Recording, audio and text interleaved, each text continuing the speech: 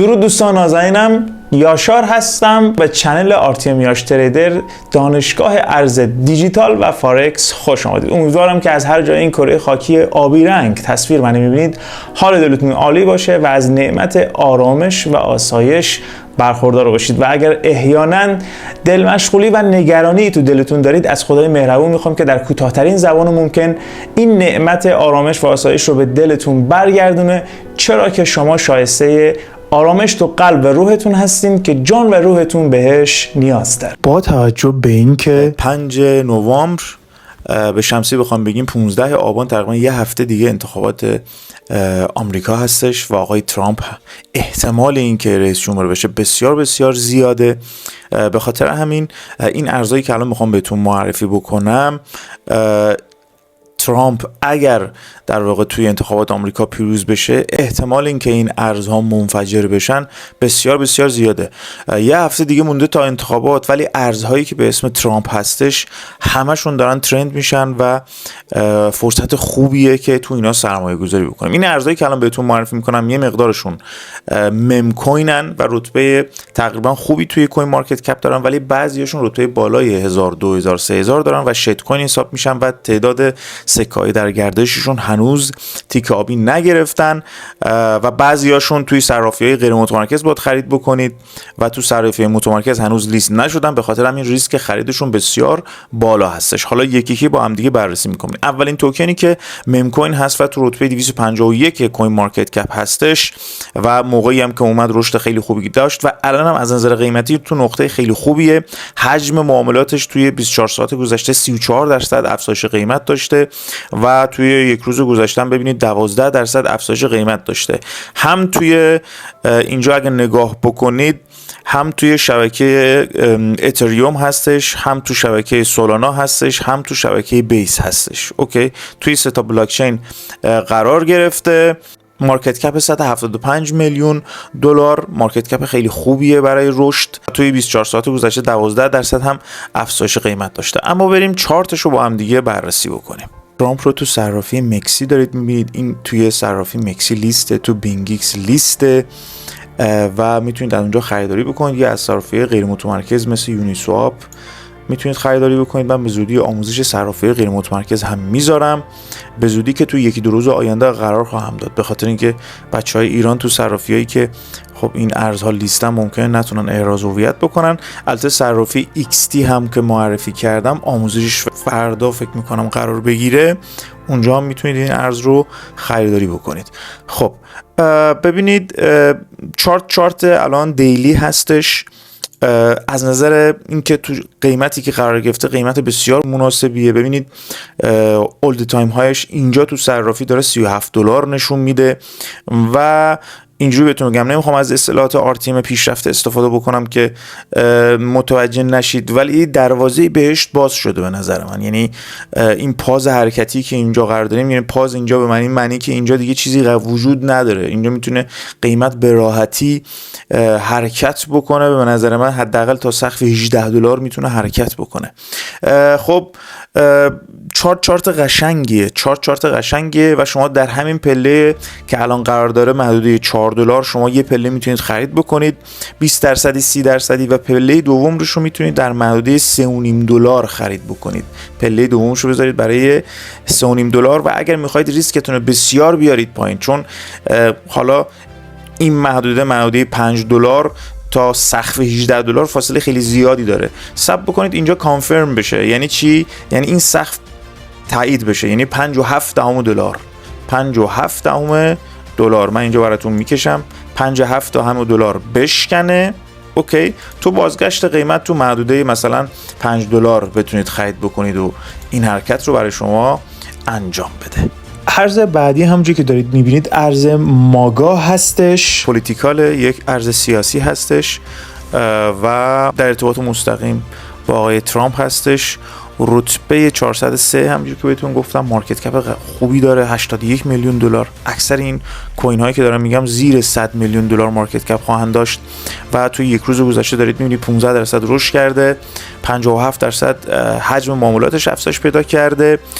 روی اتریوم هست، روی شبکه اتریوم هست. مارکتش اگه بخوایم بررسی بکنیم تو صرافی‌ها لیست دیگه، تو البانک ایکس تی هم که توی بررسی صرافی‌ها من بهتون معرفی کردم، این دوتا در واقع صرافی و آموزش صرافی ایکس تی هم فردا یا پس فردا قرار میگیره داخل چنل. سابسکرایب داشته باشید که این آموزش رو از دست ندید. اما بریم داخل چارت ببینیم که وضعیت چارتش به چه صورت هستش. چارت ماکا رو تو صرافی مکسی میبینید. همونجور که دارید میبینید چارتش توی صرافی متمرکز مکسی از اون موقع که لیست شده ترند سعودی رو داره. تو اینجور مواقع ها موقعی که چارت خیلی پخته نیست تو صرافی متمرکز، سعی میکنیم بریم از چارت صرافی غیر متمرکزش استفاده بکنیم، چرا که میدونید دیگه ارزها و مخصوصا توکن ها اول توی صرافی های غیر متمرکز لیست میشن و بعد من توی ویدیوهای بعدی قراره که یاد بدم این ارزهای پرپتانسیل چطوری یاد در واقع پیدا بکنیم و خرید ارزها تو صرافی غیر متمرکزی که سود خیلی زیادی داره که بهش میگن دکس تریدینگ. ما در آینده قرار دکس تریدینگ رو آموزش بدیم بهتون، چون ارزها ابتدا تو دکس لیست میشن بعد میان تو صرافی متمرکز لیست میشن. حتما این نویدو بهتون میدم که راههای پیدا کردن اینجور ارزهایی که ابتدا تو صرافی غیر متمرکز لیست میشن رو آموزش کامل حرفه‌ایش رو براتون بذارم. سابسکرایب داشته باشید که حتما این آموزش ها رو از دست ندین. اما بریم توی پلتفرم دکس تولز ببینید چارتش خیلی چارت کاملتری هستش، توی دیلی هستش. MXC از اینجا داشت فقط، ولی این پشتش رو نداشت. ما الان به راحتی میتونیم چارتش رو ببینیم کاملتر، یعنی از اون روز اولی که دقیقاً لیست شده 16 می 2024. اوکی، ببینید دوستان چارت خیلی قشنگیه. چارت خیلی قشنگیه. از اون موقعی که لیست شد خب یک رشد 7000% رو تجربه کرده. خب این از این. بعد کفسازی خیلی قشنگی که انجام داده و اومده یک بار دیگه لبه پازمون رو اومده تست کرده. ببینید الان محدوده خیلی حیاتی هستش. اول اینکه یک حمایت مقامات کلاسیک که کاری به کارشون نداریم، شکسته که ما اصلا کلاسیک کار نمی‌کنیم. این دوتا خط آبی هم که کشیدم شاید از نظر شما حمایت و مقاومت کلاسیکی باشه. حالا اینجا یک مقدار با حمایت و مقاومت کلاسیکی یکی شده، اما این دوتا خط مقیاسی و پازی هستن. من دیگه بیشتر از این نمیخوام توضیح بدم. اما من اگر بخوام یه دونه گره خیلی مهم اینجا من پیدا بکنم، یک مقدار با تایم فریم بیاد پایین، اما من دارم تقریبی میکشم. یه چیزی تو این مایه ها الان با این درگیره، این بتونه بشکنه، میتونه به نظر من این خط آبی هم بشکنه. اوکی، ما یه پاز خیلی مهم اینجا داریم که اگر شکسته بشه قیمت به راحتی میتونه خودشو به 4041 برسه. این ارز دوستان 4 تا 0 پشتش داره دیگه، من دیگه صفراشو برای شما نمیگم، فقط عددشو میگم و به راحتی یک رشد میتونه 70-80% انجام بده. خب اولین نقطه ورودتون به نظر من همین قیمت هایی که الان هست 302 میتونه یه 20% شما ورود بکنید.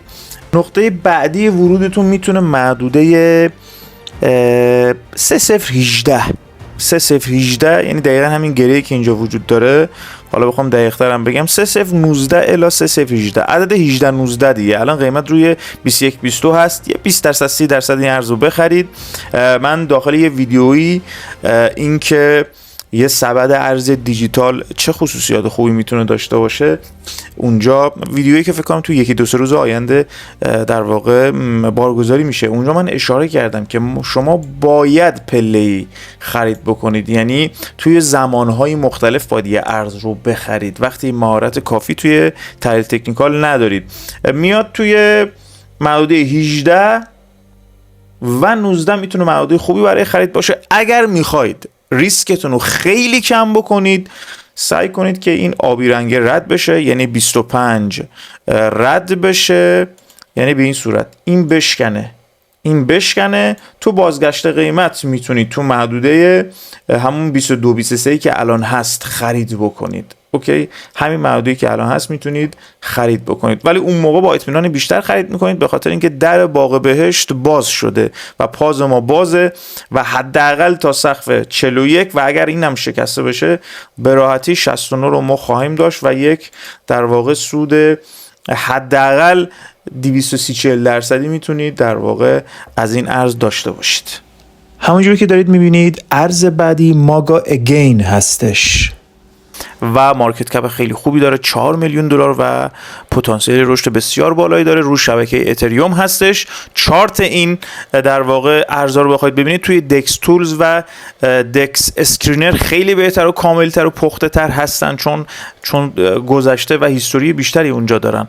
اما بخوایم مارکتش هم مورد بررسی قرار بدیم، تو صرافی متمرکز مکسی و XT هم لیسته. ما آموزش صرافی XT هم که معرفیش کردیم یکی دو روز دیگه آموزش کاملش رو قرار میدم براتون. تو یک روز گذشته یه 5% کاهش قیمت داشته.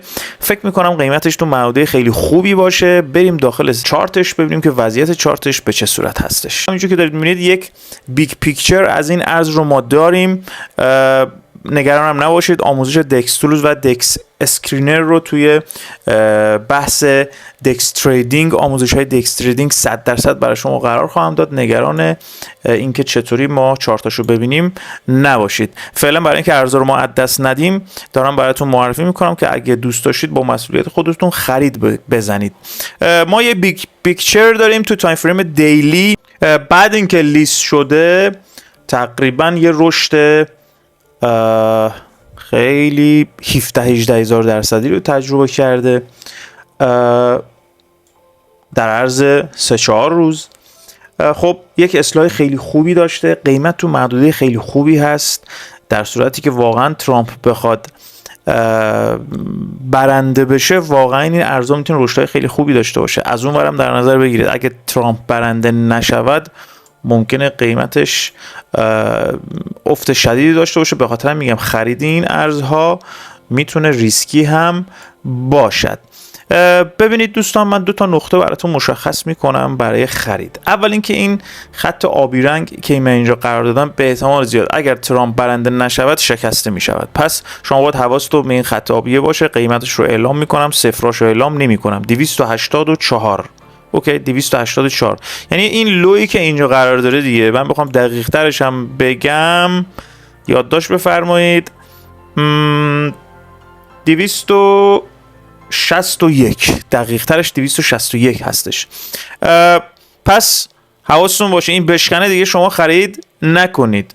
اوکی، بهترین محدوده خرید به نظر من 325 هستش. تو مایه‌های 300 تا 325 میتونه محدوده خیلی خوبی باشه برای خرید کردن. اگر میخواهید با ریسک کمتری خرید بکنید، این باکس بنفش رنگی که من اینجا کشیدم سقفش 651، یعنی قیمت بعد اینکه 2 برابر تقریبا، آره دیگه 2 برابر محدوده این پایین است، ولی خب با اطمینان بهتری میتونید خرید بکنید. یه مقدار ریسکتون کمتر میشه. این بشکنه و قیمت تو بازگشت قیمت بیاد تو محدوده همین محدوده یا تو این سقف محدوده 700 تا 750 خرید بزنید که بتونه دوباره حداقل اولین محدوده‌ای که میتونه تاچ بکنه یه صفر کم میکنه، 1 سنتی خواهد شد و دومین بخشی که میتونه بره به نظر من دیگه سقف دیگه. این سقف هست محدوده 2 سنت هست، 2.5 سنت و بعد اون میتونه محدوده 3.2 سنت رو تاچ بکنه. پله دیگه ای که برای خرید میتونید به اون صورت عمل بکنید، محدوده 51 یادداشت بفرمایید بشکنه، بعد بخواید شروع بکنید به خرید کردن. و اگر دیگه خیلی ریسکتون بالا هستش بیاید تو محدوده 33 خرید بکنید اگه به طرف پایین اومد. اوکی، اگه نه که اصلا دیگه انقدر ریسکتون بالا هست که اصلا تو همین محدوده میتونید یه 10 15 20% از این ارز خرید بکنید از کل مبلغی که برای این ارز میخواید اختصاص بدهید. دوستان، ما در مورد مدیریت سرمایه، در مورد اینکه چطوری ارزها رو با چه درصدی خرید بکنیم، چه نوع ارزهایی رو داشته باشیم، ویدیویی قبلا تهیه کردم، لینکش رو براتون قرار میدم. یه ویدیویی هم فردا پس فردا لیست میکنم که ما کامل اصلا خصوصیات یک سبد ارز دیجیتال متعادل به چه صورت خواهد بود، 7-8 تا فاکتور خیلی طلایی رو اونجا هم بهتون آموزش میدم. حتما اون ویدیو رو ببینید، سابسکرایب داشته باشید که اون ویدیو رو از دست ندید. اما بریم برای ارز بعدی. بیبی ترامپ هست که احتمالاً به گوشتون خیلی خورده. رتبه 1629 روی شبکه بایننس اسمارت چین هستش و ببینیم تو چه صرافی‌های لیسته.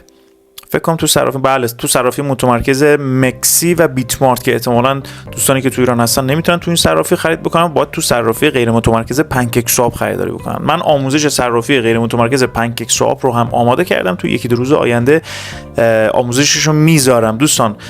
دوستانی که مخصوصا تو ایران هستن، یاد گرفتن آموزش صرافی غیر متمرکز براشون خیلی حیاتی هستش، چون خیلی از این ارزها میدونید که سود اصلی تو ارزهایی هستن که توی دکسن، تو صرافی غیر متمرکز هستن، چون ارزها ابتدا در صرافی‌های غیر متمرکز لیست میشن، یه رشد خیلی خفنی رو ترجمه میکنن، بعد تازه میان تو صرافی متمرکز. اوکی، پس باید صرافی غیر متمرکز رو یاد بگیرید. من به زودی آموزشش رو بارگذاری خواهم کرد، چون ویدیوهاش آماده است، ولی باید فرصت بهم بدید که یکی یکی اینا رو بارگذاری بکنم، چون فعلا داریم آموزش صرافی متمرکز قرار میدیم که قرار دادیم، یه XT مونده اونم قرار میدیم، بعد میریم روی صرافی غیر متمرکز که بتونید از خرید این ارزها هم جا نمونید. مارکت کپ $1,000,000، حجم معاملات 59% توی 24 ساعت گذشته افزایش پیدا کرد. دوستان، این حجم معاملات میتونه نشونه خیلی خوبی باشه. تعداد سکه‌اش 418 میلیونه، تعداد سکه‌اش خیلی خوبه، تیکاپی رو داره، یه مم کوین نیست که با برنده شدن ترامپ به نظر من میتونه پتانسیل رشد بسیار بسیار خوبی داشته باشه. بریم رو چارتش ببینیم وضعیتش به چه صورت هستش. خب ما چارت بیبی ترامپ رو توی تایم فریم دیلی بیگ پیکچر داریم ازش میبینیم. ببینید بهتون میگم سود اصلی توی دکس تریدینگ هست، همینو میگم دیگه، یعنی 700% سود فقط از این محدوده‌ای که ریتست انجام داده و رفته بالا و هنوزم من فکر میکنم یک بار دیگه ریتست این محدوده میتونه سود 700-800% رو به ما بدهد. به نظر من در باغ بهشت حداقل تا 1 سنت رو باز کردیم. این که میگم در باغ بهشت، توی RTM بهش میگیم پاز. دارم از اصطلاحات ساده استفاده میکنم که در واقع یه قلعه‌ای رو در نظر بگیرید که درش باز شده و تا در خروجیش میتونه قیمت حرکت بکنه. به اینا میگم پازهای قیمتی و پازهای حرکتی که قیمت میتونه حرکت بکنه. دوستانی که دوست دارند RTM رو یاد بگیرن به صورت حرفه‌ای، پلیلیست پرایس اکشن پیشرفته RTM به صورت رایگان من داخل یوتیوب بارگذاری کردم. لازم نیست برید دوره بخرید و هزینه الکی بکنید، چون هر آنچه که من اینجا آموزش دادم در هیچ دوره‌ای وجود نخواهد داشت. لینکش رو در قسمت توضیحات براتون قرار میدم که بتونید حداقل نگاه به چارت که میکنید بتونید حداقل به عنوان دکس تریدینگ ازش استفاده بکنید. اگه ترید هم نخواهید بکنید، حداقل یه ارزی که دارید می‌خرید چارتش رو متوجه بشید. خب ببینید دوستان، به نظر من 2 تا سناریو میتونه اینجا اتفاق بیفته. یکی این که الان اومده ریتست کنه محدوده MPL رو، اگر قیمت رو اینجوری اومد بالا و بعد اینکه سقف، من صفراشو نمیگم، 76 رو شکست، دهانه رو کانفرم کرد، شما میتونید از همینجا خرید بزنید، محدوده 7 خرید بزنید. اوکی، محدوده 7 حالا اینجوری هم میتونه حرکت بکنه، 7 مثلا 5 الی 7، منظورم 2065 الی 2080. اوکی، که از اینجا بلند بشه بره برای اولین تارگت محدوده 0 کم بکنه 1 سنت، بعدش هم محدوده 2.3 سنت هستش. میتونه بسیار بسیار جذاب باشه حرکتش. این سناریو اول خواهد بود، شما به این صورت خرید بزنید این ارز رو که با ریسک کمتری وجود داشته باشه. اما اگر اومد شکست، تو این محدوده شما تاییدیه بگیرید، یعنی قیمت بیاد تو محدوده 24-25 این محدوده رو نشکنه، چون اگه بشکنه خیلی خطرناکه. کفشو من اعلام میکنم براتون 22 دوستان. این بشکنه دیگه این ارز به درد نمیخوره، خیلی دیگه مشخص نمیشه که تا کجاها میخواد بریزه، بسیار خطرناک خواهد بود. پس حواستون باشه اگر بخواد به طرف پایین حرکت بکنه بیاد محدوده همین 22 الی 25-6 اینجا بتونه کف سازی بکنه. اون کف سازی مد نظر من که میاد یک بار دیگه اون محدوده رو تست میکنه، میاد دهانه تشکیل میده، یه گره‌ای تشکیل میده، تاییدیه میده، بعد حرکت میکنه میره به طرف بالا. یعنی دقیقاً همون حرکتی که بخواد اینجا انجام بده رو بیاد اینجا انجام بده. اوکی، محدوده خرید شما میشه محدوده 45. اوکی، بعد اینکه بیاد این حرکت رو بزنه. خب سقف قیمتی محدودهایی هم که میشه در واقع سیو سود کرد، محدوده اول 1.1 سنته و محدوده بعدی میتونه 2 سنت باشه که تارگت نهایی ما خواهد بود. و اگر اینجا دیگه شما باید 70-80% خروج بزنید دیگه. بعد اگر شکست میتونید دوباره ورود بکنید. ارز بعدی و آخرین ارز که یه شت کوینه، 4-5 روز اخیر اومده، بسیار پتانسیل رشد وحشتناکی داره. من از همه نظر این ارز مورد بررسی قرار دادم، هم از نظر امنیتی، قفل شدن نقدینگی، مالیاتش، کلا ارز خوبیه. یعنی تمام اون فاکتورهایی که باید یه ارز داشته باشه رو داره، ولی خب ریسک خودشو داره. یعنی یک ارز پر ریسک هستش، فقط تو صرافی یونی سواب لیست هستش. باید شما با اتریوم خریداریش بکنید، اتریوم بزنید داخل کیف پول تراسفالت یا متاماسکتون و داخل یونی سواب خریداری بکنید. من آموزش یونی سواب رو فردا یا پس فردا براتون قرار میدم. 1 میلیارد تعداد سکش، مارکت کپش رو ببینید 4 میلیونه، فقط 314% توی 24 ساعت گذشته رو رشد کرده. اوکی، رشد کرده، اما فکر نکنید که دیگه نمیخواد رشد بکنه، چون که مارکت کپش بسیار بالاست و الان موقعیت خرید این ارزه. چرا من توی چارت عرض میکنم خدمتتون؟ چون که یکی از قوانینی که توی دکس تریدینگ باید رعایت بشه همینه. ببینید اینجا رو داشته باشید. یه چیز جالب بهتون بگم، آل تایم لوش نسبت به آل تایم لوش تازه 200% فقط رشد کرده. این ارزها اگه بخوان رشد بکنن توی ارزهای قبلی دید دیگه 50,000%، 2,000%، 20,000%، 40,000% احتمال رشدشون هست. و با توجه به اینکه انتخابات ترامپ نزدیکه و اگه بخواد برنده بشه، این جزء ارزهاییه که همین الان ترند یک شبکه اتریوم هست دوستان.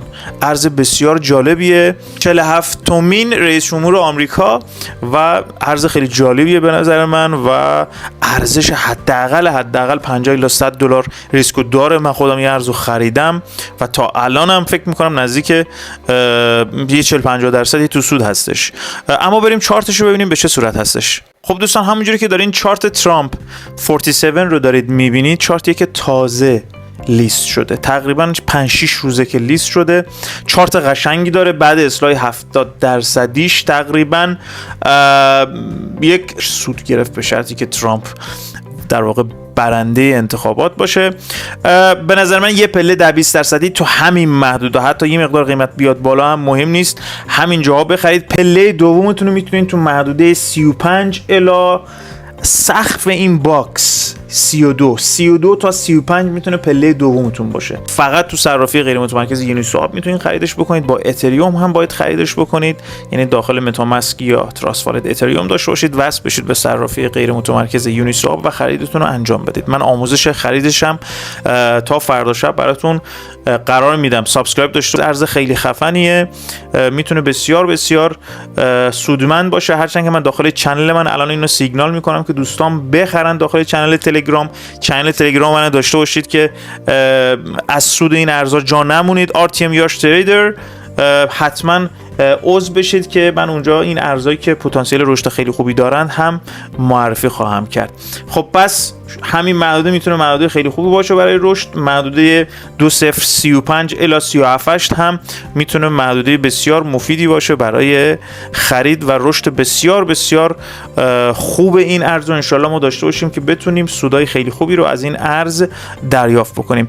نهایتا ممنون که تا انتهای این ویدیو همراه من بودید. از این جور ویدیوها قرار خیلی بذارم، ارزهایی که تو نطفه هستند رو بهتون معرفی بکنم، با توجه به اینکه خب ترامپ قراره که امیدوارم که اینجوری باشه برنده بشه، میتونه خیلی تأثیر داشته باشه تو ارزهایی که با اسم ایشون ساخته شدن، حداقل ارزهایی که از نظر قفل شدن نقدینگی، از نظر مالیات و اینا مورد بررسی قرار میگیرن. هرچند که میگم نزدیک 40 تا 50 تا فاکتور هست برای اینکه شما یه ارزی رو بتونید خریداری بکنید. همه اینا رو من به شما آموزش میدم، نگران نباشید. به زودی تمام ویدیوهاش به صورت رگباری من داخل چنل قرار میدم. سابسکرایب یادتون نره که ویدیو رو از دست ندید. در هیچ چنل فارسی شما نمیتونید، فارسی که چه عرض کنم، خارجیش هم نمیتونید این آموزش‌ها رو دریافت بکنید و داشته باشید. امیدوارم که بتونیم با هم دیگه، مثل شعار همیشگی که منه، همه با هم رشد خواهیم کرد. نهایتاً اگر کاربر جدید دنیای کریپتوکارنسی هستی، پلیلیست دانشگاه ارز دیجیتال میتونه تو این حوزه خیلی به شما کمک بکنه، چون هر آنچه که شما نیاز دارید تو این پلیلیست من قرار دادم. لینکش همین بالا قرار میدم، همین پایین. اگه دوست دارید ترید رو هم یاد بگیری، پلیلیست پرایس اکشن پیشرفته RTM به روش تدریس FSCM، روش تدریس دانشگاه کانادا هستش که میتونه به ساده ترین زبان ممکن این سبک تحلیلی رو به شما آموزش بده. روز خوش، روزگارتون طلایی.